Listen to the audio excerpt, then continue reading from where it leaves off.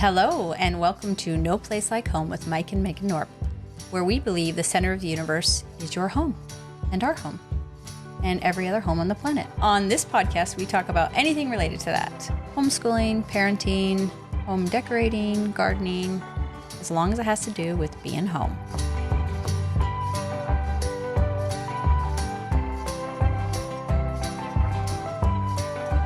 So today is our first episode visually recording. You guys let us know. And recording it here too. Yeah. We always have our podcast on our No Place Like Home podcast, and those are available anywhere you listen to podcasts. But now, if you're watching this visually, it's on our channel too. Yeah, at least part of it is. So I don't know if we'll do the whole thing. Yeah, you guys let us know in the comments that are watching this, and maybe you can send us a message if you're listening to this. Though I don't know if this will be part of the listening part. If you would like the whole podcast visually, all in one big hour-long chunk, or if we were planning on breaking it down into kind of smaller chunks. Yeah, we'll see. On today's podcast, we're going to talk about how to argue with your kids and with each other. So we're recording this. So we've relocated down to the library area of our house. That makes it sound like a really big house. It is huge. It's just I can't show it to you right now, but this is a really big room we're in. This is just like the little sitting room area. I don't even know what this is. That we keep call it our the library. books in. Because it just makes it seem fancy or special to call it the library. Yeah, it sounds better. We should put a plaque up that says library somewhere on it. Welcome to the library. Right. After you walk in the front door. But that means that there are probably going to be some background noises, so just be prepared for that. This is our house, and there's still some kids wandering around. I think Asher is. Yeah, because earlier when we were just testing the sound, we could hear the plink of every drop of ice cube that he put in his glass. So. In the kitchen way over there. Yeah. So. Which is so far away, because once again, yeah, it's amazing how sensitive these microphones are. They're really, really nice microphones. So. Yeah, we've been wanting to record it visually for a while, but it was in our bedroom with our bed behind us, and that was a little much for us. Yeah, we couldn't make that work. So we've moved down here. We'll see how this goes. So last week's podcast, if you listened to that episode, we talked about how to discipline your children, and there's obviously so much to unpack there, and so we are happy to get some messages from a few of you. Actually, all the messages were nice. Yeah. Maybe just the haters haven't heard that episode yet. But we did say some very direct things about discipline and having authority and respect in your home. And we got a really great message from Megan. And I actually asked if I could read it here, and she said we could. Awesome. And she, there's a lot of, you can't cover all of one topic in an hour or two. It's kind of a lifetime, right? Or many conversations. So I was really happy that she asked about this so we could dive in a little deeper. And that's what brought us to today's topic. Hello, Mike and Megan. Thank you for your wonderful podcast and this great episode on discipline. I have 3 daughters aged 10, 9, and 7. They have truly been angels up until my oldest started to hit puberty recently. They never fought. They played together for hours, and they have been so sensitive and kind to one another. We've homeschooled from the beginning. I'm a second-generation homeschooler, so that hadn't been hard for me. My background is in special ed, teaching high school students with severe disabilities using applied behavior analysis, which is ABA. I get the Sorry, I'm laughing because there's a cat rubbing against my foot. It's cute, though. Off camera. I get the basics of behavior management. My struggle is that growing up in a family that was pretty strict with rules and discipline, I didn't fully develop into myself. I think it was just my nature in that environment, as my siblings didn't have the same experience as me. I was such a pleaser, and that was encouraged and rewarded. I was the peacemaker in the family, but I took on everyone else's problems and didn't develop my own mind. So my question about discipline is how you have allowed your children to disagree appropriately and be themselves. How do you let them have feelings of frustration, anger, disagreement, and still maintain discipline? That's such a great question. We don't. That's really what we're going to be talking about today. Also, we don't. How do you refrain from being triggered by their behavior? Give me an aggressive 15-year-old, 200-pound nonverbal kid with autism, and I can do my thing. But my own kids, I get so triggered. And then she did a... Wow, that was a good sound. Head slap emoji. You got that right on there. Yeah. I don't want my kids to learn that some of their emotions are not acceptable. that they can't feel angry or frustrated or that they have to internalize it all. But I also don't want to feel like I'm arguing all day with them to get them to do what I ask, because I think I'm listening to them and they are just trying to get out of what I want them to do. Mm-hmm. And then she said, interested in more about this topic. Thanks for being brave and talking about it. Megan. Thank you, Megan. Did you write that to yourself? Yeah. It is such a wonderful podcast. I just there should be more praise in there. Yeah. Okay. So really great question. And we do have a lot to say on it. And we kind of chose a name that seems silly, but I think it's at the heart of it. And we're teaching your kids how to argue with you. Yeah. But I think we also included, you just said teaching how to, what did you call it? I think how to argue. Yeah. About how to argue, because you also have to know how to do it yourself for it to work in the family.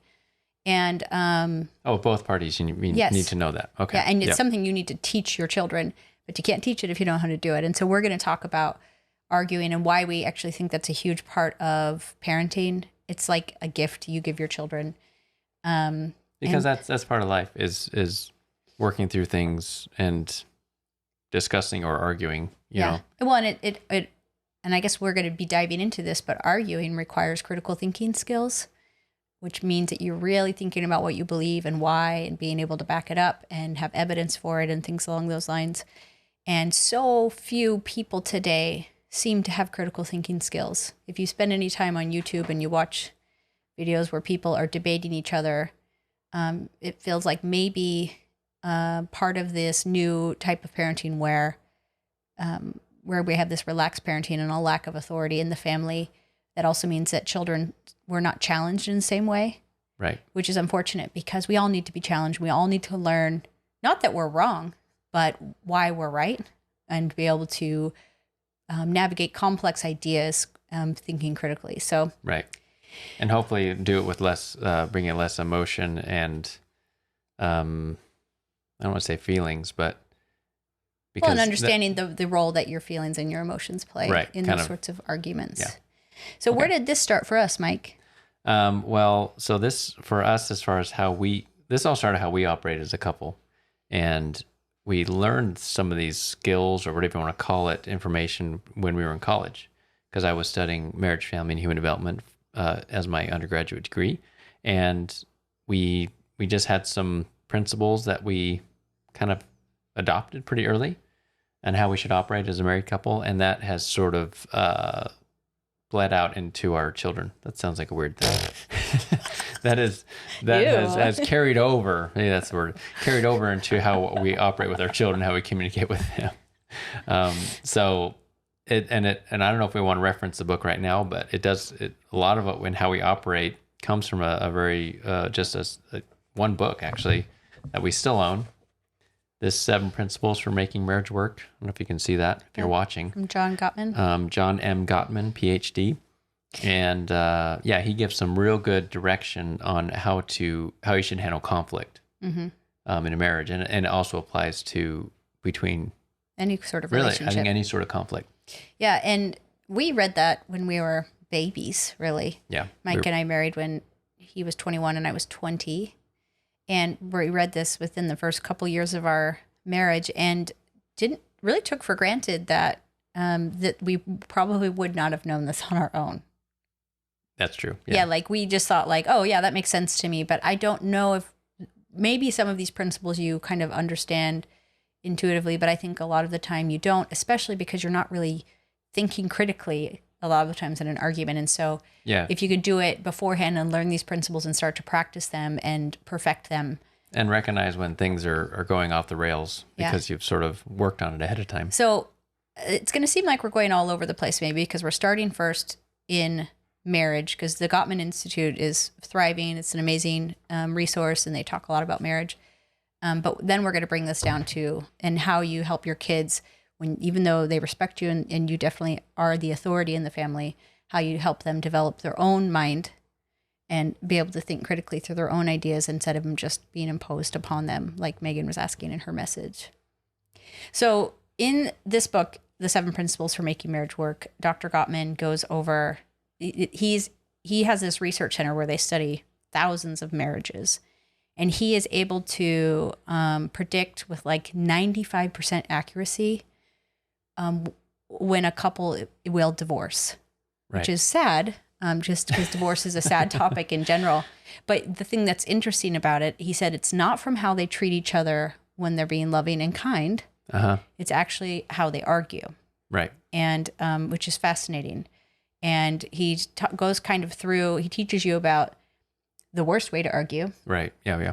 And the things that couples who will divorce do in their arguments so that you can understand how not to argue. Yeah. Because arguing is a really important part of any sort of relationship. And we don't mean screaming and yelling. And, you know, obviously we're talking about disagreements and navigating when you have legitimate concerns and disagreements, and how you do that and come to, what's that word? Solution or compromise. Yeah. I mean, and also what he talks about here isn't actually about coming to an agreement. It's just how you act in the moment of the actual argument. The outcome is sort of, that's not part that's of for this. you to figure out. And that's not really what determines. But it's how you do it, how you get there. Yeah. So we could go through some of that right now if you want to. Yeah, let's go into it. So, Okay. Mike, you have it marked, so I'll let you take I do over. have It it looks marked. like you were looking at. I'm gonna. He's like, I have to study this all the time I need to to- be married to Megan. No, actually, I need to go back. I need to get back in here. So Okay, we had to reset a little bit. So Mike's hot. I'm so This hot. is- We had to turn off the air conditioning because It was so it's too loud. The microphones pick it up. Someday we'll have more of a studio space. Okay. So again, get this book, 7 Principles of Making Marriage Work. It's good for your marriage, also good for just your relationships in general. As parents, yeah. But he goes through how he predicts divorce, and it's basically how people argue. And he goes through like these 4 signs of, you know, Like you're in trouble. the 4 bad signs. I think it's 4 at least. Anyways, the first is, he calls it the harsh startup. So that's where essentially when you have some grievance or some issue, you come in pretty hot. You know, you come in angry, you come in super sad or whatever it is, but you're coming in pretty hot. And that starts us off on the wrong foot when it comes to an argument. Now, children may not have the ability to control that as well as an adult does. So in my opinion, if a child comes in that way, this is where I guess triggering can come in. You've got to be careful not to respond in kind and to try to keep things calm if you can. Yeah, and I think when we talk about triggering, some parents feel like if I'm angry at my kids, I've got problems. I've had friends telling me before when they have young kids, like, I have a rage issue. There's something wrong with me. Right. And it's like kind of like, I need help. And it's like, now you may, I'm not saying there's parents out there who don't need some help dealing with their anger issues, but I think it's very natural because you're going from child to now parent where you have to be more in control of your emotions than the person you're dealing with. Second, kids are really good at pushing buttons. Humans are really good at pushing buttons. Right. Kids just haven't learned not to push those buttons as much. And then third, you're actually supposed to be frustrated at your kids to teach them because they're not behaving appropriately. Right. Yep. And so you just have to learn not to come in too hot. And I Right. think you're right. They're going to come in hot. And to teach them maybe A lot of times they will. Not, Yeah. I mean, not always, but you know. but teaching them to slow down, to like take a deep breath and then have your conversation. But Right. for yourself, there's been many a time when children have come in hot into a conversation and my brain has like explosions going off of inside of it. And my face stays very calm. Yeah. And you gotta keep the water still on the top, even though it's kind of there's turbulent other underneath. times when that doesn't happen at all. I'm like, excuse me, what did you just say? You know, but when They can attest to that. yeah, when I have 2 kids standing right here. They're So right behind us. when I do it right, I often utter a little prayer internally too, because I'm like, here we go. I gotta stay in the wise zone and see this for what it is. Highway to the Wise Zone. That's a new song. Highway to the wise zone. That's a good one. But like, I got to stay in this place. And so I have to like put my feelings over here and like stay, afloat. Don't let it like puncture my boat. And then I just like go down, Right. capsize. So, And then, and if we can probably talk a little bit about also marriage, because that's what this is about. Another way that you can avoid coming in hot, what we've learned, or what they call a harsh startup, is thinking about the thing that you're wanting to complain about or bring up with your significant other, taking some time to consider maybe the validity of your feelings on that, and trying to see it from the other person's perspective. So pausing and maybe taking not even just like a few minutes, but possibly hours. I think we've both done that before, where you wait, you think about it, you think, am I right on this? Am I really accurate on how I'm perceiving the situation or whatever it is? And that can help you then when you do want to bring it up to have a more measured approach. Yes, because feelings aren't facts. Right. And that I know we talk about this a lot, like, trust your feelings, Luke. It's like, absolutely don't. Don't trust your feelings. Your feelings are wrong all the time. They could be chemically, altered by how much sleep you've had or where your hormones are at or how much food you've had. Like, you need to question your feelings. You need to doubt your doubts and your fears and all of those things. And so one of the tools my brother has taught us, I don't remember what he calls it, but like that you ask yourself, can I prove this in a court of law? Yeah, the thing is this based in fact? Right. And so if it's, you're thinking, oh, Mike never does this thing. It's like, is that true that he never does this thing? Or, and then like, okay, do I do that thing? Yeah. You're giving yourself a little bit of time, and there's still very valid things that need to come up and be discussed in marriage. Sure. But can you approach it a little differently? And they probably talk about like coming in hot beginnings. They talk about don't use always and never. Yeah. When you're going to complain about something, nothing is ever always and never. Nothing. Nothing is never always. It's never always or never. That you'll always find that there was always a time. No, sorry, I was going to keep going with that. But no, we did this since early in our marriage, and so sometimes we wanted to say it so much that I would say things like, "I know this probably isn't accurate, but it feels like you never do this," right? Or it feels like you always do this. And I would so you understood, and I would even say, "I know I could be wrong on this, but it really feels like." Right. Yeah. And then it gives you the space to not get as defensive, because it's so naturally defensive. And every conversation like this is going to be a little uncomfortable at first, because you catch people off guard, and everybody's like wants to protect themselves, and so the emotions are going to rise a little bit. Yeah, it's going to happen. And we're still working on this. We've been married 22 years now, so this is not like doesn't happen overnight. Yeah, and so like. You have to be willing for it to be like, to know, like, okay, we're gonna be warmer, maybe not hot. Mm-hmm. We're not gonna come in hot, but it is gonna be warmer at the beginning. Yeah. Whether it's with your kids or not, and then as you keep talking, and you avoid words like always and never, and critical word, like being critical of the other person, to accusatory. Yeah, and contempt. Also when you want to stay away from where you're not showing respect for the other person, like you're disgusted with them. Yeah. Disgusted with their behavior. In fact, I remember once before I'd had any children, I was working at a family camp, and there was a child there with their mom, and their mom was very frustrated at how their child was acting. Totally legitimately, probably. I don't know what the situation was, but I saw this moment that she pulled her daughter aside, who was probably 8 or so, and said, "You disgust me." And I I gotta remember that. That's a good one. Good line. It hurt so much. I had never heard a parent utter that to a child. And it broke my heart. And I remember thinking, I will never say that.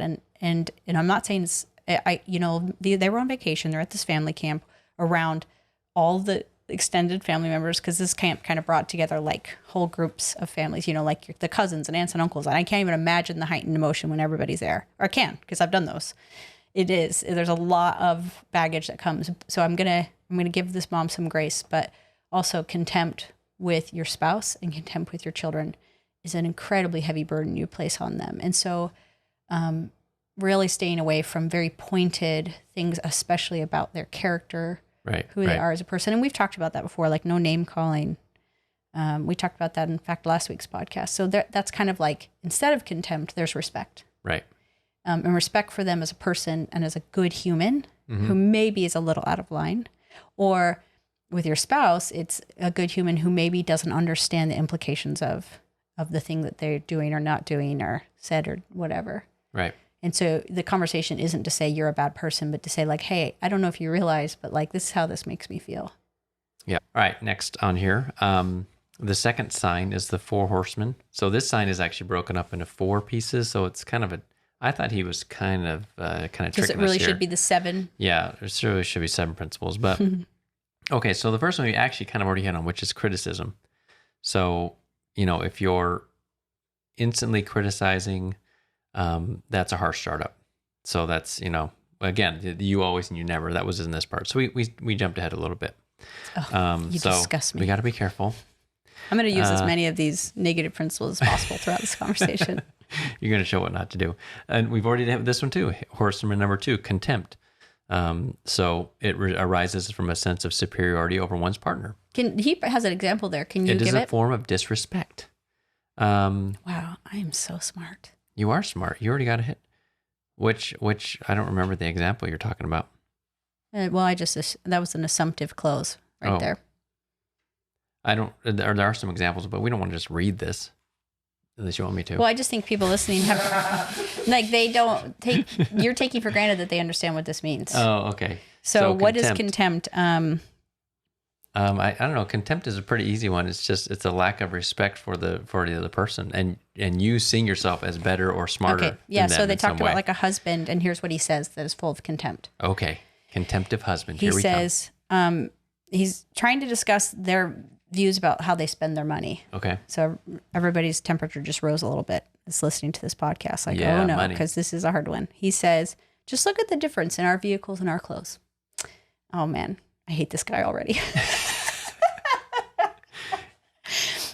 I think that says a lot for who we are and what we value. I mean, you tease me about washing my truck and you go and pay to have somebody wash your car. We're paying through the nose for your car and you can't be bothered to wash it. I think that's outrageous. I think that's probably the most spoiled thing that you do. Ooh. Oh my gosh. If there are people watching, they'd be like, oh. Yeah, I know. It's so they said he's not just pointing out that they spend their money. These are actually real arguments, Yes, by the way. these are real arguments. People come in like these like little lab scenarios. It's kind of weird. They set up like a little house that then they watch them for like 2 or 3 days. It's really interesting. Yeah, and so they said he's not merely pointing out that they spend their money differently. He is accusing his wife of a moral deficiency of being spoiled. Okay. And so then she kind of says like, well, it's hard for me to wash my car by myself, like physically. And he dismisses that and continues to take the high moral ground by saying, well, I take care of my truck because if I take care of it, it'll last longer. I don't come from the mentality of, oh, just go out and buy a new one that you seem to. Oh, man. Oh my gosh, this just keeps going. Yeah. This is making me blush. Yeah. So Oh my gosh. obviously that's what not to do. And either But that's with your exactly the same way with your kids. right. I was gonna say your kids are the same way. You can't treat them that way. You have to assume that everybody, Unless they really deserve it, then you can. unless they are spoiled. No, if they are spoiled, it's your fault. But I think it's recognizing that everybody is trying to be a good human and is a good human. And that it's important to give them the space to stay a good human in your conversation. And instead maybe try to like, look, can you help me understand why, like if money's tight, like why? So I wash my car. Right. Because that saves us money. What do you think about washing the car? That's probably how I would phrase it. Like in your mind, you're thinking because you are spoiled, maybe you're thinking that, but like, so one of the things I do to save money is this. Why don't you think that's important? Well, and I don't know if that's, and to me, it's more like we both spend money. Okay. We both do that.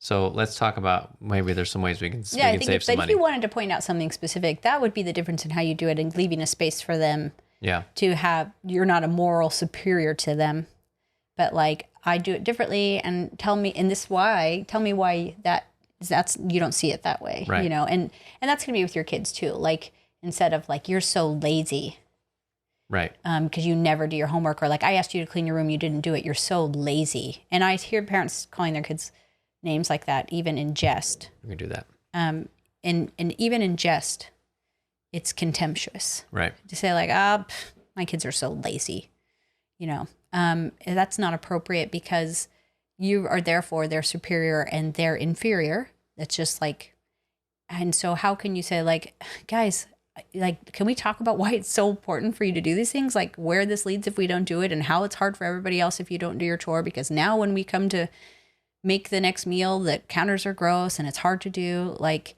that's maybe recognizing like, you may not understand this because, so I get it. Maybe I need to explain this a little bit better. Maybe you haven't thought about this or considered these things, instead of you're so lazy. Yeah. So we're going to bring this all back to Megan's question in just a little bit. Okay. So next is defensiveness, which is that's very common, and I do it all the time. You immediately want to defend yourself, and things can get more contentious that way. So, and what we even saw today, some of our kids arguing that you immediately, when someone's complaining about something about you, you're immediately looking for a way that they've done something bad. You want to switch it around and make it about them or about something they did, rather than what what they're saying about you. Yeah, because I think it's always valid that somebody has a complaint about something that's going on. And so in your mind, you're like, well, I don't think you can bring that up because I remember that you did something wrong. And it's like, that's not really helpful. That's defensiveness, instead of it saying, okay, you're right, I do that, and let's talk through that. And you did not start the conversation with the complaint, so you're going to have to wait for another time to bring up that other complaint, because otherwise it's just defensiveness. Well, and you just go in circles. Yeah, and then so it's like, I think if you come and say, you're right, I didn't even think about you when I did that, or if your kids are like, you didn't do this and that wasn't fair, it's like, actually, you're right, that probably wasn't fair. Right. And so you think about that for just a minute, and then have that sort of conversation. But avoiding defensiveness, if you can avoid it in yourself, then it can help the whole situation.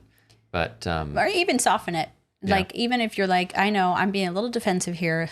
Acknowledge it a little bit. Acknowledge it a little bit and try to soften it and try to work through it, and letting the other person work through their defensiveness, because you caught them off guard. Right. You really did. Like, your kids are going to be so defensive. And there's definitely, a way to have a conversation with your child where you're bringing up a valid concern. Like, hey, once again, this thing is happening, and I'm frustrated because, you said this wouldn't happen. And they might start defending themselves. And in a way, often in a conversation like that, I'm like, well, anyways. Right. I'm not going to pick up on those defenses. Like, well, it's just because it's like, okay, yeah, that's cool. But anyways, I really need you to do this thing, and so it's not responding. And that triggering is hard.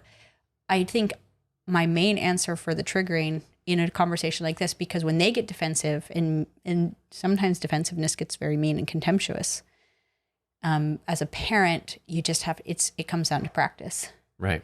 It comes down to, you can do it because you're a grown up and you can do hard things. It's practice though. And sometimes they'll catch you off guard and they'll get you on a bad day. And you'll have to apologize later on. Or even as you're doing it, going like, you know what? Obviously, I'm not in a good place for this conversation. You're going to have to let me go to the bathroom, like as you're like walking to the bathroom and somebody catches you. And then let's talk a little bit later. It's not a good time. And they'll be like, it's like, listen, it's not going to be a good time for you either, because I'm not in a place to have this conversation. That's a little harder to do with somebody under the age of 10. But it is possible. They may not let you off the hook. Yeah, and there's a book called Christ-like Parenting that's all about that, how you respond very calmly to somebody who's using all of these things on you and not getting triggered, because your children will use these things, and you have to lead by example to show them how to not use these sorts of things in an argument. Not that we stay calm all the time either. We're working on these things too. It's not wrong to be... I say that because our kids are watching and they're like, you don't do that. No, but it's also not wrong to... be frustrated, show emotion some of the time. Right. But I think it's not being triggered is the difference. So you don't have to be calm, but you do need to be, sometimes you're frustrated and you want them to understand the seriousness of the situation. As a caveat, a side note, Elijah told me that editing last week's podcast, when I would show my angry voice in the podcast, that is completely inappropriate. He said every time he got anxiety. So I'm doing something right. Still works. It's still coming through. Okay, so the other horseman, the fourth horseman, we're going to have to cruise through this a little bit more. We're going to run out of time. Is stonewalling, which is when basically the silent treatment, and you refuse to engage and refuse to talk anymore in an argument. It's a form of power and of kind of taking control, and it's also completely inappropriate, and it will degrade, or your relationship it'll take its toll in a relationship. It's in a form of emotional abuse. And now this is different than saying, hey, I need a break. I need to think about this, and I need some time. And that's different than saying like, no, really, I'm going to come back to this. I promise. I just need to go for a walk, or whatever. That's different. Stonewalling is where you are actually treating them like they don't exist in a very contemptuous way. Them. It's silent contempt. It's horrible. Yeah. And so as a parent, the way that you can deal with this is not respond emotionally to that sort of behavior, because it is a tactic that kids use. They don't realize that they're doing it, really. They've never heard of it, but they just naturally do it sometimes. And so you respond calmly and say, okay, I can see that you aren't talking to me anymore. I will be taking your phone. Yeah, you take and your screen or whatever. And then when you want to talk, we'll talk. Yeah. But if you ratchet up your emotion as a response to stonewalling, you're handing the power to the other person. I think their brain lights up like, wow, I'm in total control here. Yeah, and they're losing it. So that's sort of working. So you have to stay calm, but still there are going to be consequences for that sort of behavior. You could say, like, choose what that is. I'll give you 10 minutes to, clear your mind. But at that point, if you don't choose to come talk to me, because often they're going to do it when they're getting in trouble and they know they don't have a good argument. And so instead of trying to interact with you critically, like with facts with an actual argument about why they should have whatever, they just stonewall you and then they win in their mind. But if you were like, no, talk to me, and like, if you say, okay, I'm going to give you a few minutes. Obviously, you're a little overwhelmed, but in 10 minutes or 15 minutes or 30 minutes, whatever it is, you need to come to my room and we're going to talk about this. And if you don't, then here's the consequence. Right. So as a parent, we talked about this last time, you have lots of levers to pull as far as things you can take away, privileges you can take away. I think a lot of parents are afraid to do that.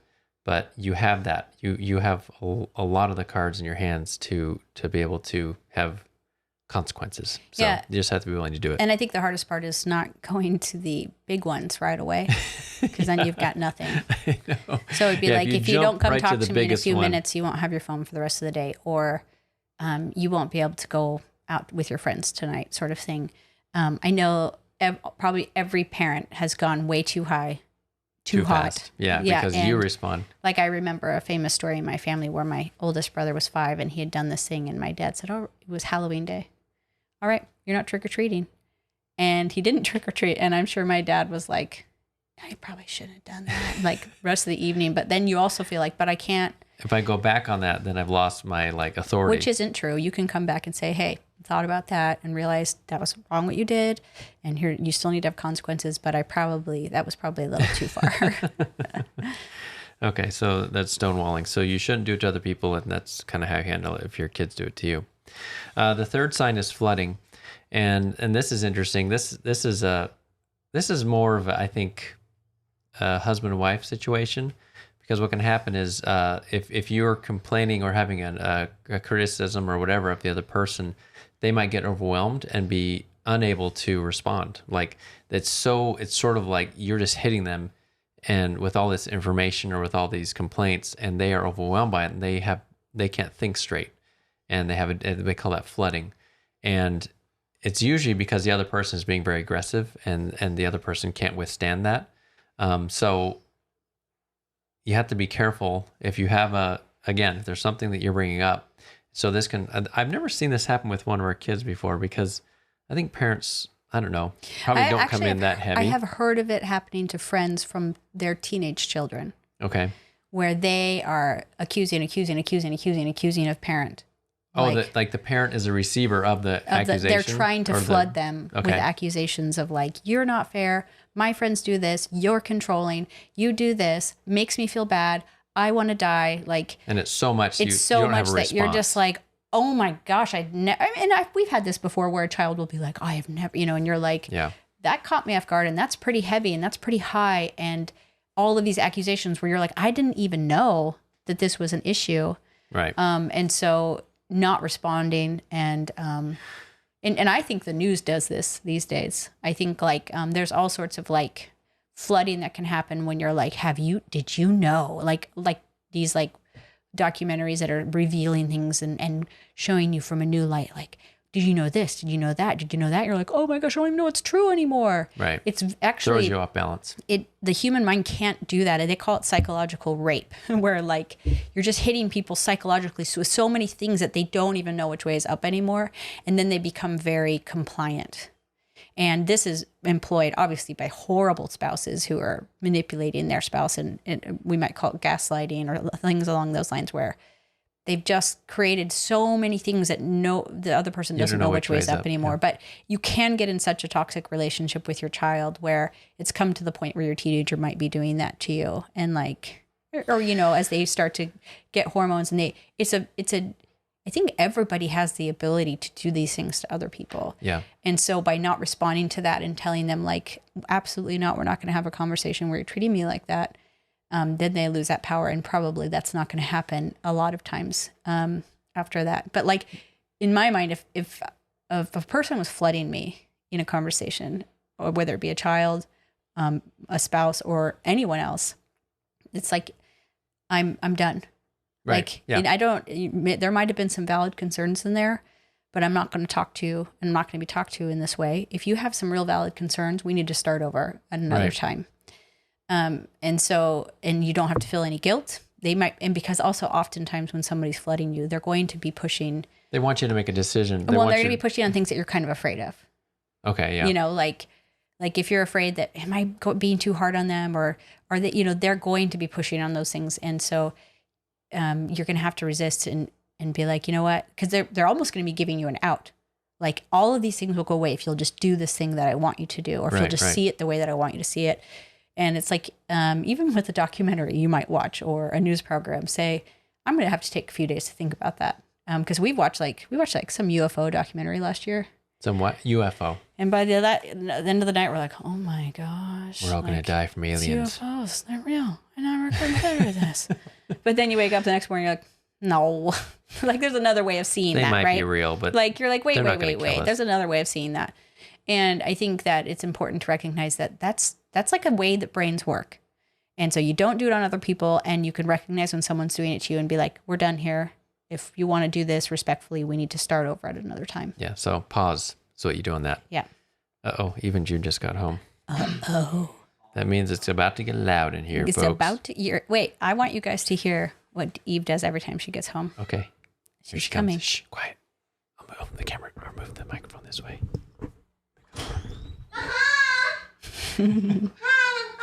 Hi. All right, she's back. Every time. Back okay. home. We're recording something. Why don't you go get changed, okay? Which way had the camera going the other direction? Yeah, that was good stuff. And also, she's going to go up the stairs as loud as she can. Yes. Okay, Eve, we can't be too loud, okay? Okay, there's actually more than 4. There's 5, I think. Okay. There's 6. Oh my gosh, there's too many. You need to go get this book. 7? Maybe there is. The 4th sign is body language, so that's, if your kid's talking to you and they're going like this, or so if you're only listening, sorry, I have my arms folded and I'm looking, I'm like, there she goes. Oh my gosh. Eve, I love it. I understand it. She wants to be the center of attention. Uh-oh. And so she will do what it takes to make sure all eyes on her.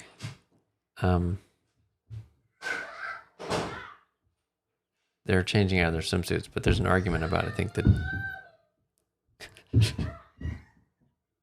I've never heard it in such detail. I think we have to pause for a second. Hang on. All right, we had a little bit of a pause there because it got crazy when Eve and Jude got home.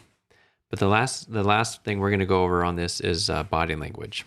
So that's when you have to be careful about in your arguments, because sitting with your arms folded and doing this closed face off, or your expressions. Or like, mm-hmm. I mean, and we are so attuned to that with our kids. Like, don't you dare roll your eyes at me. And, but I think learning to be as neutral as possible with your body is important, because humans are really good at understanding each other's body language. Yeah. So be careful about how you're sort of presenting that. And holding yourself. Yeah. Right. So that's all we're going to go over, but check that book out. Yeah. how does this come back to Megan's message? And I think it's there's a few things that I want to pull out of this. So I think the first thing is that it seems apparent that there's a lot of young adults in the country today that have never been challenged and have never had, it seems like they haven't had many healthy arguments.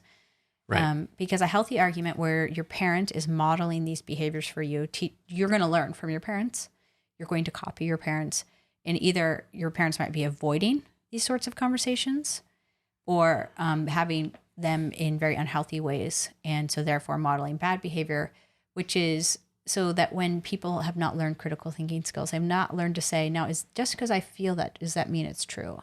Right. And do I actually think this applies to all in other circumstances? And also, just because I have come to this conclusion doesn't mean that somebody else does. Or if they haven't come to the same conclusion, doesn't mean that their conclusion isn't valid. Mm-hmm. And I think that having these sorts of conversations with your children, though you might feel they're uncomfortable, well, even though they are uncomfortable, right. you might feel like maybe they should be avoided. And I've even heard people say, like, I never once heard my parents argue, or like, we never argue in our home. But life requires some conflict. Yeah, it's going to happen. Conflicting opinions, conflicting ideas. And I do think you are robbing your children of an important skill if you never have these sorts of arguments with them, where right. you can remain semi-calm, but also say, now, can you show me an example where that's happened, or, things along those lines, and help your child learn how to have a critical conversation with some critical thinking skills, and also do it with respect. I mean, we talk about it all the time that respect has disappeared from the public discourse, or civility. We talk about all sorts of ideas. Well, it really starts in the home. Right. If I think that if you interact with somebody who is respectful and thoughtful and recognizes that maybe they might not have all the information, or they might need to ask some clarifying conversations before getting upset. In my mind, I often think, well, they've had some healthy relationships at home. Somebody has helped them navigate these sorts of ideas and interactions. Right. So in last week's podcast, like I said before, we talked about how we require our children to speak respectfully to us and how we are the ultimate authority in our home. But that doesn't mean that we don't let our children have some dissent among us. And I know some of the ideas, but I think a lot of the times it just kind of comes to us kind of intuitively or naturally. But so I actually invited a veteran podcaster as a guest onto our podcast today. We've never done that before. I don't know if we'll do it much in the future, but I thought they might have an interesting perspective on how we help our children have their own identity and ideas and things, and remaining separate from us, but also having authority and respect. So today we have with us a special guest named Andrew Knorpp, our 17 going on 18-year-old son. We asked Andrew on because he has been on lots of podcasts, because he has one, and we had one for a short time together, but also because he's at an age where this is, I would think, the heaviest of trying to gain independence from your parents. And so I thought he would have some interesting perspectives. I asked him like an hour ago. I did not coach him whatsoever because I am letting him be his own man. So I don't know what he's going to say, but I'm actually really excited to hear it. We can edit out anything we don't like, so that's fine. It's like we cut together like a sentence of Andrew's. He's like, I like my parents very much. Okay, come on in, Andrew. We have to bring him in. I don't know how we're going to fit on this couch. Mike's been very nervous about this. We have to share a microphone. Okay, so Andrew gets his own microphone. We'll leave this here and we'll lean in. Does that work? I get my own microphone. Yeah. Asher, am I on camera? Asher's our cameraman. Yeah, Andrew. I mean, you are on camera. Andrew's on like shoulder. Okay, I can move this way a little bit. Come this way, Megan. This is really loud, you guys. I know. Well, how's that? That's Don't lean so hard again. Don't touch me. Oh, he's touching me. that's okay. I can be partial. Wow, you brought notes. I have notes written What? in permanent marker on notes, like little Note cards. These are called note cards. note cards. Note cards. Ooh, the education continues. Okay. I'm just- nervous. Poetry? You calm down. Are those for today? Yeah, they are. Oh. It's the word poetry. Like for today's conversation? Yeah. I always start every piece of notes with the word poetry. Like what I'm about to write is poetry. It's like some self-talk or whatever. Okay, so Andrew, last week we talked about how we require, like, we can definitely do the, like, you have to do it because I said so. And how we are the authority in the home. We are not letting you parent yourself. But I also think that I like to think that we couple that with letting you challenge your ideas, but also letting you challenge our ideas appropriately. But I don't really know how. So this is my lazy way out, really, in inviting you here. We want Andrew to just take this Well, I just apart. know you'll see it differently. And also, Andrew is very self-aware, and he thinks a lot about a lot of things. So I am self-conscious. yes, conscious of yourself. Unlike, so just like from my perspective, how do you do both of those things? I've actually wondered about that before, because I kind of think about this a lot, that I feel like out of all my friends, I have the most freedom, but also out of all my friends, I have the most respect for my parents in the way where like you don't talk back. I don't talk back. I don't say bad things about my parents. Like my friends are always like, my parents are so bad in all these ways. And I'm like, I don't feel like I should share with you any critiques I have with my parents. I don't know. It doesn't feel healthy. Because we've actually convinced you, like Kim Jong-un of North Korea, that we read can read your mind. And that you don't poop like Kim Jong-un. I don't think we've convinced you of that very effectively. The Beano really helps with that lie. Yeah. So I'm always weirded out by that myself too. I'm like, man, I feel like I can kind of do whatever I want, but also I feel like I cannot disrespect my parents. Like that's not even an idea which occurs to me. What about the idea, can you think whatever you want? Nope. What do you want me to say about that? No, just that, like, how do we, because we do, I don't, we definitely pull authority on you sometimes. Yeah, and totally. you know that We're there are talking to times this. when we'll, Oh, sorry. We're talking to this. yeah, and there are definitely times when we'll say, you can't do it because, we've had this conversation, ultimately, still, no. Because we're your parents and we say so. We don't actually have to do that very much, but what about, we let you argue with us, but how do we do that and require respect at the same time? Well, I think you kind of have what's kind of far away. Sorry. Yeah, leave that close. You kind of do this thing, I feel like, where you will earn my respect by, like, you'll win arguments. And when I'm like, hey, I disagree with this, you will show me via logic why I am wrong. But if I, after you have beaten me with logic, continue to disagree, that's when you, like, pull out the authority card most of the time. I feel like normally you don't start with the authority card. It's only when I've become unreasonable and started using actually one of those, like, argument things you talk about, those bad ones, that you pull out the, like, because I said so. Normally, I feel like you almost always, unless there's, like, a time issue, lead with the, here's the logical reason why.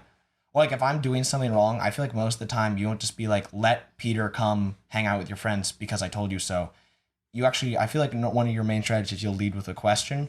You'll be like, why is it right for you to exclude Peter? And I'm like, dang it. I'm not going to explain So myself. I guess what you're this saying is all about is winning arguments with your children. What it comes down to. teaching them how to destroy lose them. arguments against you. No, I think what you're saying is that Dad and I, though we are the authority in the home, we don't actually remind you of that all the time. Yeah. Well, It's been established. I feel like you are reminding me by logic. It's like you are earning it, right? Like a good leader actually doesn't rule with an iron fist because you don't need to, because you'll listen to them. Like I was thinking about this before, that I think you said we're authorities, though we don't always show it. That is actually a false dichotomy there, where you actually, it doesn't, like, this is not this two opposite things that, like, oh yeah, we have authority, but we give you freedom.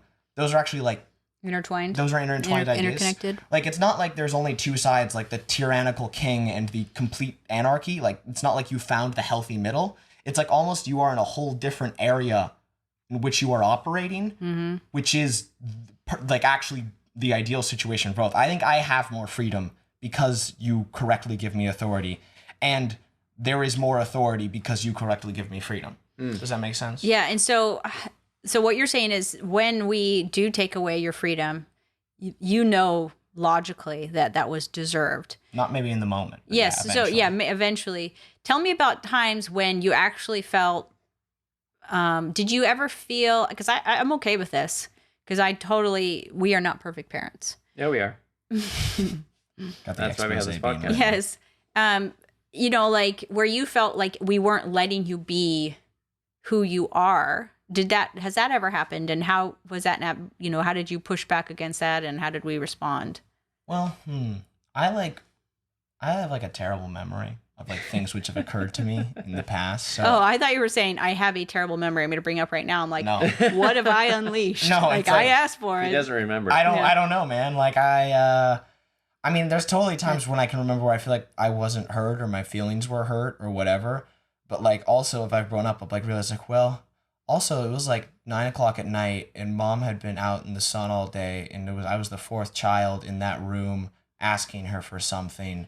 And so like, though maybe I was in the right, I also like can't expect Timing. perfect, emotional reactions, right? Like you don't. Yeah, I think that's also another good thing to teach your kids, right? That like, Maybe now isn't a good time. well, for that it. like people aren't always you do not deserve for people to respond to you perfectly all the time. You can't expect that at least. Yeah.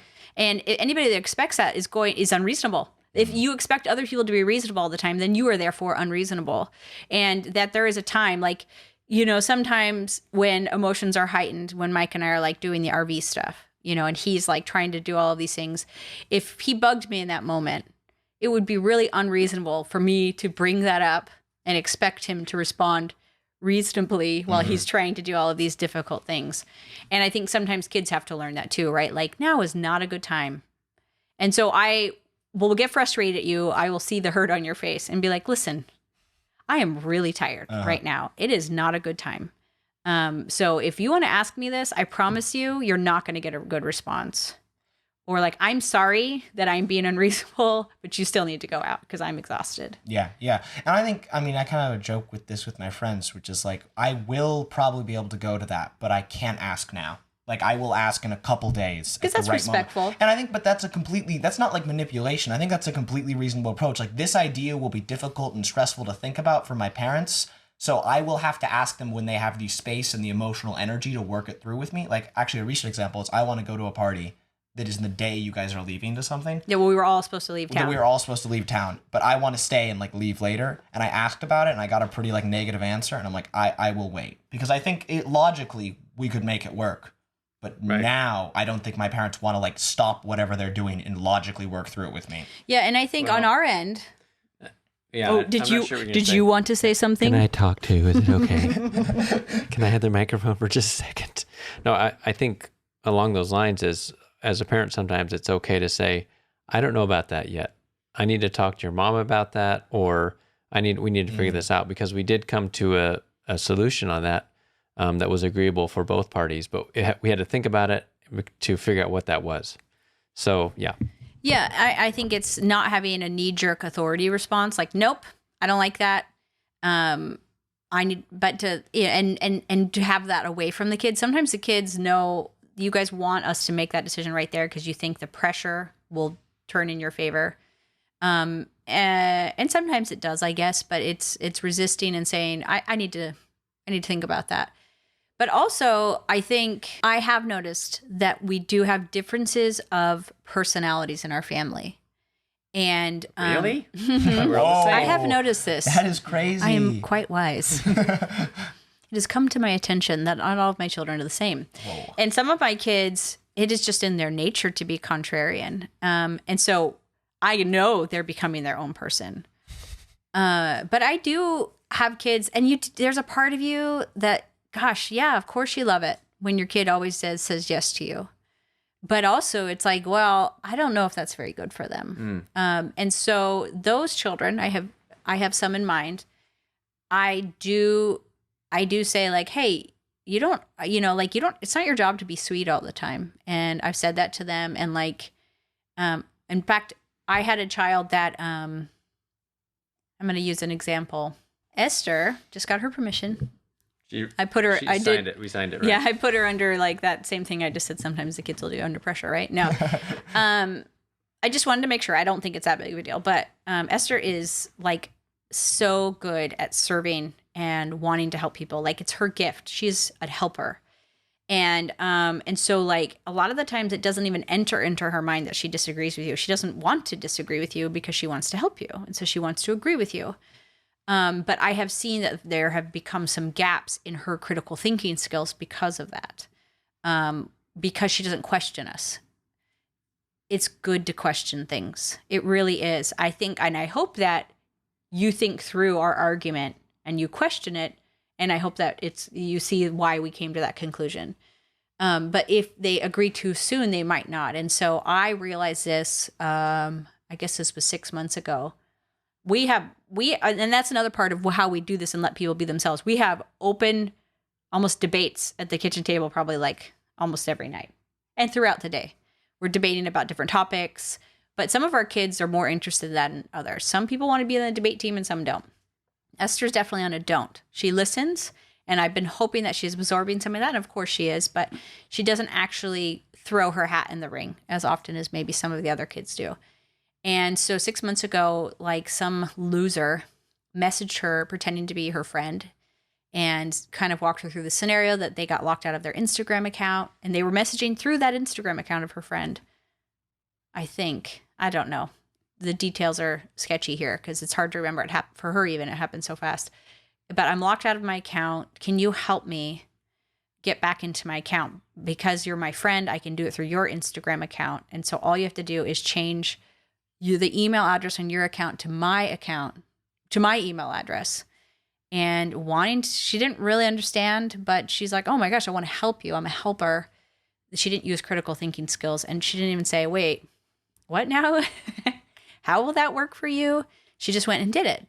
And then unfortunately, that person was then able to request a new password for Esther's Instagram account and take over her Instagram account, which had like 6,500 followers, and then proceed to message all those people pretending to be her with all sorts of nefarious plots, right? That made me realize that probably it's so easy for a parent to think like, well, I'm right. And she just sees that I'm right every time. That's easy to fall into if you have a very compliant child. But I think Megan that emailed us is right, that there are certain personality types that might not get to develop their own ideas because they just want to agree with mom and dad because that pleases them too, to be a pleaser. And so we realized that maybe we needed to do an even better job in helping Esther think critically and not accept ideas at face value. That like, but do you actually think that, right? And that's something you have to develop over time. And some kids come, I mean, gosh, I think we've talked about it before. Like Elijah came built to disagree with us. He loved disagreeing with us, even, from when he was still in diapers.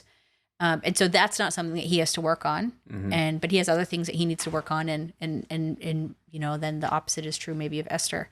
And so I do think that some of our kids who are more of a pleaser, we have to be more intentional, and we're always getting better at this. Obviously, we recognized even more so at helping them think critically, which means argue with ideas. Yeah. Well, and I think just jump in real quick. I think also because we do have lots of discussions about different topics, and sometimes they're more of a debate style, and it's good you can learn how to argue in scenarios that aren't so emotionally charged. That's true. There's not so much at stake. And so, but the same principles apply to when you're having an argument that is more emotionally charged.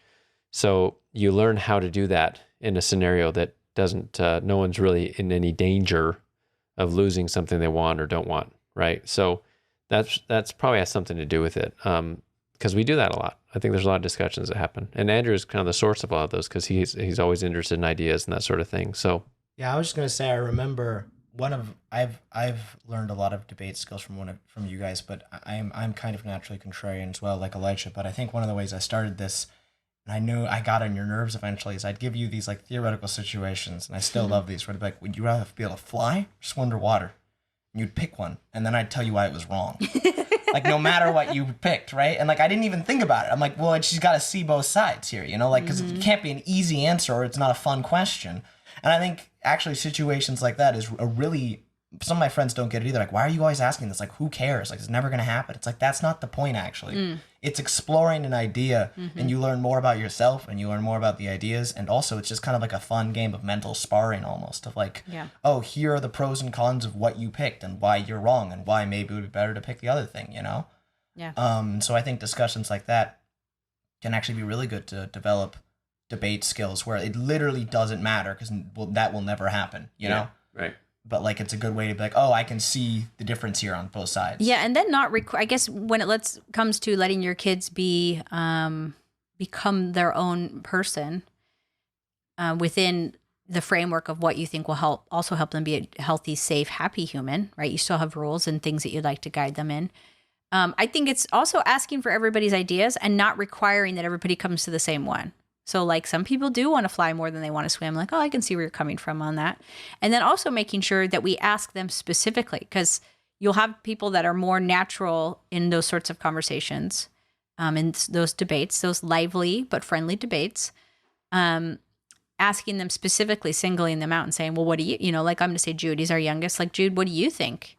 And like, oh, okay. And, you know, he might have his reasons, might be kind of sweet or silly to us, but we try not to laugh. No, we don't laugh. We definitely don't laugh. But like, you know, we try to be like, oh, that's cool. Yeah, I can see that. Even though it might be low on, you know, maybe logical reasons, but he's younger and he's getting better at it. And I do think it's letting that happen too. So I would encourage you to have lively debate in your home. There are actual rules to debate, and those are grounded in critical thinking. And it's called logic. You can actually look up like the rules to logic. There are rules to it. And man, a lot of those rules are gone in today's public discourse. In the public discourse, where you could say, is that true? That doesn't follow logic. And because right now, and where the pendulum has swung to feelings are everything, that doesn't matter that it doesn't follow logic because it's what you feel. But society cannot exist on feelings, because somebody could feel literally anything. They could literally feel that anything was true, and it never ends. And so logically, if you think about feelings, you can see that. But you have to teach your children logic. And I think it can be really fun to learn about logical fallacies. Like there's the straw man debate, which Andrew explained that, because I bet you can explain it better than me. Oh, it's when you explain your opponent's argument in a way which is way weaker than their actual argument. Like, so you can be like, oh, so you're just saying you hate people and that's wrong, right? Or you could make it a little more complex than that, obviously. It happens a lot in like religious discourse where you'll like be like, oh, Orthodox Christians believe this about the Trinity and here's why that's stupid, right? And then like you can just really easily lay out a way simplified, dumb version of their argument that's really easy to knock down, like a straw man. Yeah. And it's almost a natural reaction to how you think, because you obviously can't know their entire argument, right? So you might actually be telling the truth that you believe. You believe that's what their argument is, right? And so Jordan Peterson actually talks about this a lot, that is really helpful before you engage an argument to be like, see if you can describe what they believe to them in a way they'll agree with it. Like, see if you can fully get what they're saying. And that can like get rid of a ton of miscommunication. And like, oh, I was arguing with a whole different side, or oh, we agree, or you sound way more reasonable than I thought. You know, like give them 1,000% a benefit of a doubt that their argument makes sense, and try to make it for them, and see if they can agree with what you're saying. Yeah. So straw man in a relationship would be like, oh, I guess. I mean, in a way, that guy who's acting contemptuously. Like, I guess you don't really care about money, and those things aren't important to you, but to me, it's like, wait. She didn't say she didn't care about money because she doesn't wash her own car. And so you're arguing with the idea, or she's like, I guess to you, money doesn't matter. And it's like, no, that's not true. And so there are all sorts of fun ideas. I don't know if you want to bring up any more, Mike or Andrew, of like some fun, like logical fallacies, but these come up in arguments, but they also come up in science and religion and politics. And it's really important to teach your children to be able to recognize those and say, oh, that sounds good, but is it logical? No, it's not. They're using this tactic. And so I can navigate gosh, we have some really complex ideas in our world right now. And you have to be able to give your gift to the children of navigating those. And that starts with requiring logic and critical thinking in your conversations of yourself and of them. But also it's fun. It is really fun to learn about logical fallacies and realize, oh, I'm doing it. Do you have one, Andrew? Well, there's the one they always bring up, which seems so stupid, but like you actually do all the time, which is the like, oh, all whales are mammals, therefore all mammals are whales, right? And you can totally do that, which is like every time we interact about this thing, you're mean to me, therefore you are always mean to me. You know, or like you can totally. Or all people who have this idea are members of this political party. So therefore, everybody in this political party believes these ideas. Yeah. I mean, we hear that every stinking day. Every extremist who has committed this wrong was on this political party. Therefore, every member of that political party is an extremist. Yes. That's one that is pulled all the time. On both sides, by both sides, yeah. Yeah. And it's hard. False. I don't know the name. I'm not that smart. You can like Google it, and there's like a Google image that has like all of them. There's lots of different. Yeah. I think it's fun. Google it. I drove my mom crazy. She's like, Megan, I don't want to argue. I don't know how many times I heard that, but I was like, I'm not arguing. I was doing the exact same thing Andrew does though, and I see why it drove her crazy. It just like, I'd be like, Mom, what do you think about this? Should she say it? I'd be like, yeah, but don't you think this? And usually I agreed with her. I agreed with her stance, but I also knew there was these ideas lingering out there, and I wanted to hear her response to those because I couldn't figure it out. So I could have worded that differently. I could have been like, I agree with you, but what about people that say this? And sometimes it's even like a space where like you want them to win, but because you believe that, but you don't know how to argue for like, I want you to prove to me that my opinion was right by me fighting it, you know? Yeah. I think kids are doing that a lot with their parents. Like, I agree with you, but I'm hearing these other ideas, whether it's at school or among my friends or whatever, on podcasts or on YouTube, and they seem kind of valid, but I don't know how to invalidate them. And so I'm going to bring them up with you and be on their side just so that you can, I'm going to play devil's advocate with you so that you can convince me even more that this is the right way to live or the right idea to believe.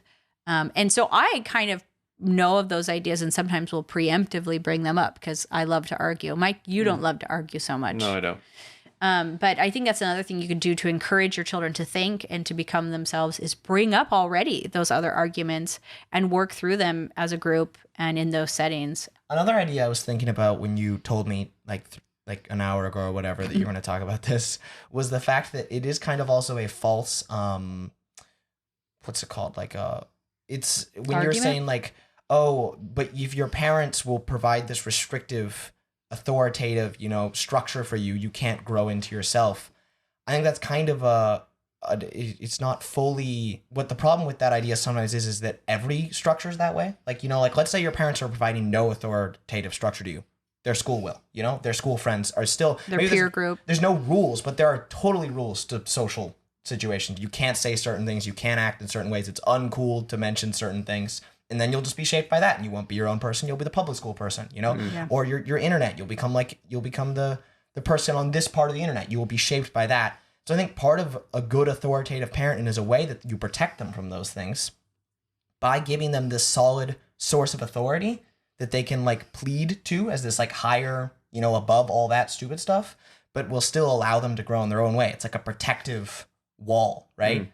I think that oftentimes giving a structure and real authority allows for you to become more individual than a lack of authority, right? Because then you just become what everybody else becomes and believes what the group tells you to. Mm-hmm. Like if we took the extremes, let's say we have one parent who's completely controlling of their child, right? And then one parent which is literally does not acknowledge the child's existence. The child who is not being acknowledged cannot become an individual because every moment is about survival. It's about, I need to get people to like me. I need to get food. I need to whatever, But if you have a safe authority figure who can put you in this safe place, you can really be like, so what do I want to believe? Who do I want to be? What do I want to do with my time? Because you have that safe authority. Just like I think the reason I wrote down the word poetry is because I've been reading this book of poetry from the 1600s right now, which is poetry from the 1600s. My humble opinion, way better than poetry from today. But regardless, it's poetry has a very strict, every poem has a very strict rules to make the poem, right? If it's an A, B poem, it's just each line has to rhyme, every other line, which is a pretty strict way to write a story, right? Like a lot of these poems are like entire stories. Like it's like the Jest of Robin Hood, which is like a pretty long story. Second ever story written about Robin Hood is written in an A, B, C, B rhyming style. So like a lot of that story rhymes. You have to write an entire book which rhymes, right? But that actually think makes it a better story because those restrictions allow you to make more interesting things and work in interesting ways. Whereas if it was just like write whatever happens to happen, that's not an interesting structure, right? The hero's journey, which is a really common structure for stories, is a structure.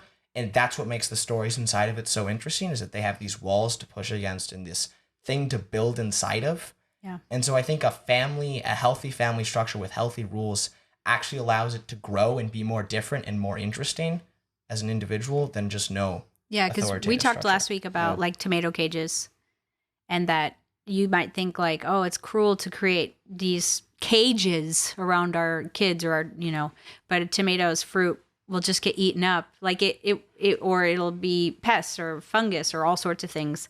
It's something for it to grow against, to hang on to. And so your parents' authority and their reasoning skills before you have them, because the human brain actually can't fully comprehend these things until later, maybe their late teens or into their 20s. So you are the structure they can hang on to that is reasonable, logical, and authoritative as they grow into their own person.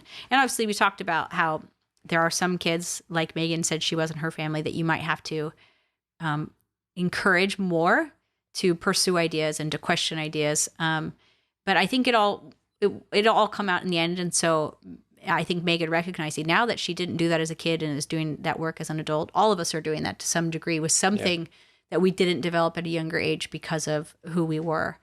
And then I think I'll end with it's harder to do it this way.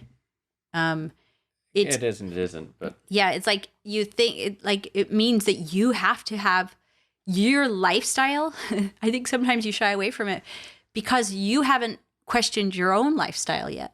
You haven't questioned your own beliefs. And so you have to become a person who believes what they believe because through critical thinking, like that you're willing to look at your own beliefs. You're willing to look at your lifestyle. You're willing to look at your choices critically and logically, and come to conclusions. And some people are afraid of that, especially I think people of faith. People out that don't have a faith often think that all people of faith aren't logical. But many of us have questioned our beliefs thoroughly and continue to all of the time, and come to the conclusion that we would like to be people of faith. And we have real logical reasons that we've arrived there. And so I don't think you need to be afraid that if you question something in your life, that means you are going to tear it down. It is good to question our democracy so that we can see how we got here and why it's important. When we question democracy, we're not tearing it down. When we question our faith, we might actually, and I know we will bolster it.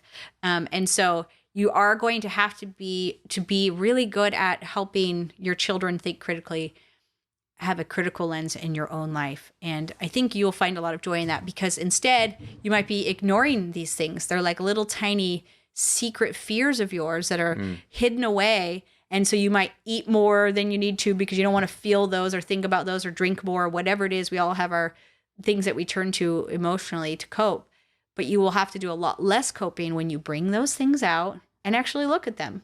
And, something that you might have been afraid of that if you looked at, it would change everything in your life. But it might not be true. Even if you're kind of afraid that you don't have a healthy marriage, you might find, when I think about it critically and logically, that actually we're doing okay. And he talks about that in that book, that everybody thinks like they either have an amazing marriage or a terrible marriage. And he said most people just have average marriages.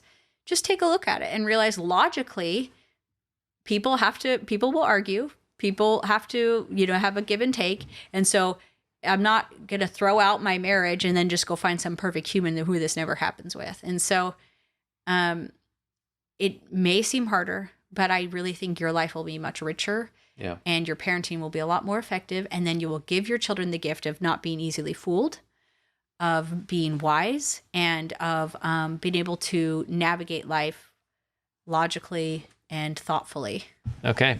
So I think we'll end it there. Did you have anything else, Andrew? Do you want to talk about? Checking my notes. Andrew's got to check his notes.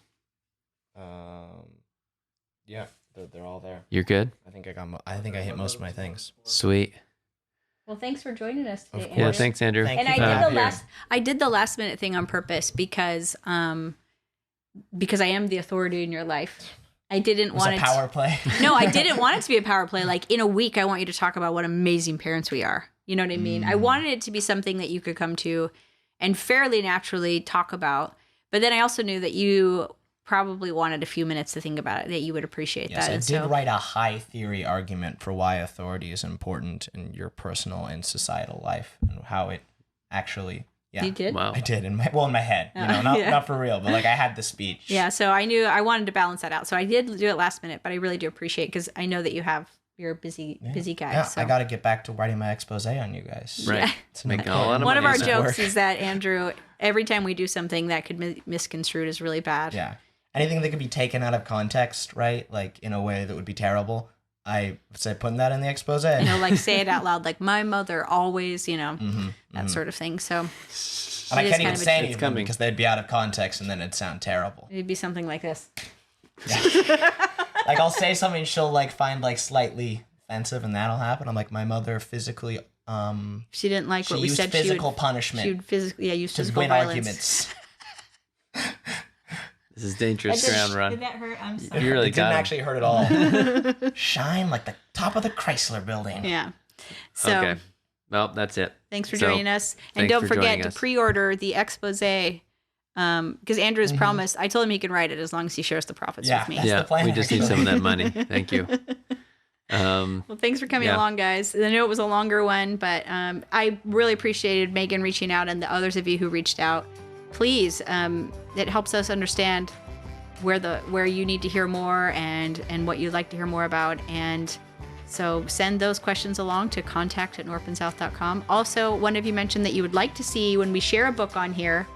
We'll put it in Should we put it in the description of the Yes, podcast? but sometimes people are driving. I think also we'll just start a link over on our website, northandsouth.com, under the podcast where you can see all of the books that we've recommended. Oh, okay.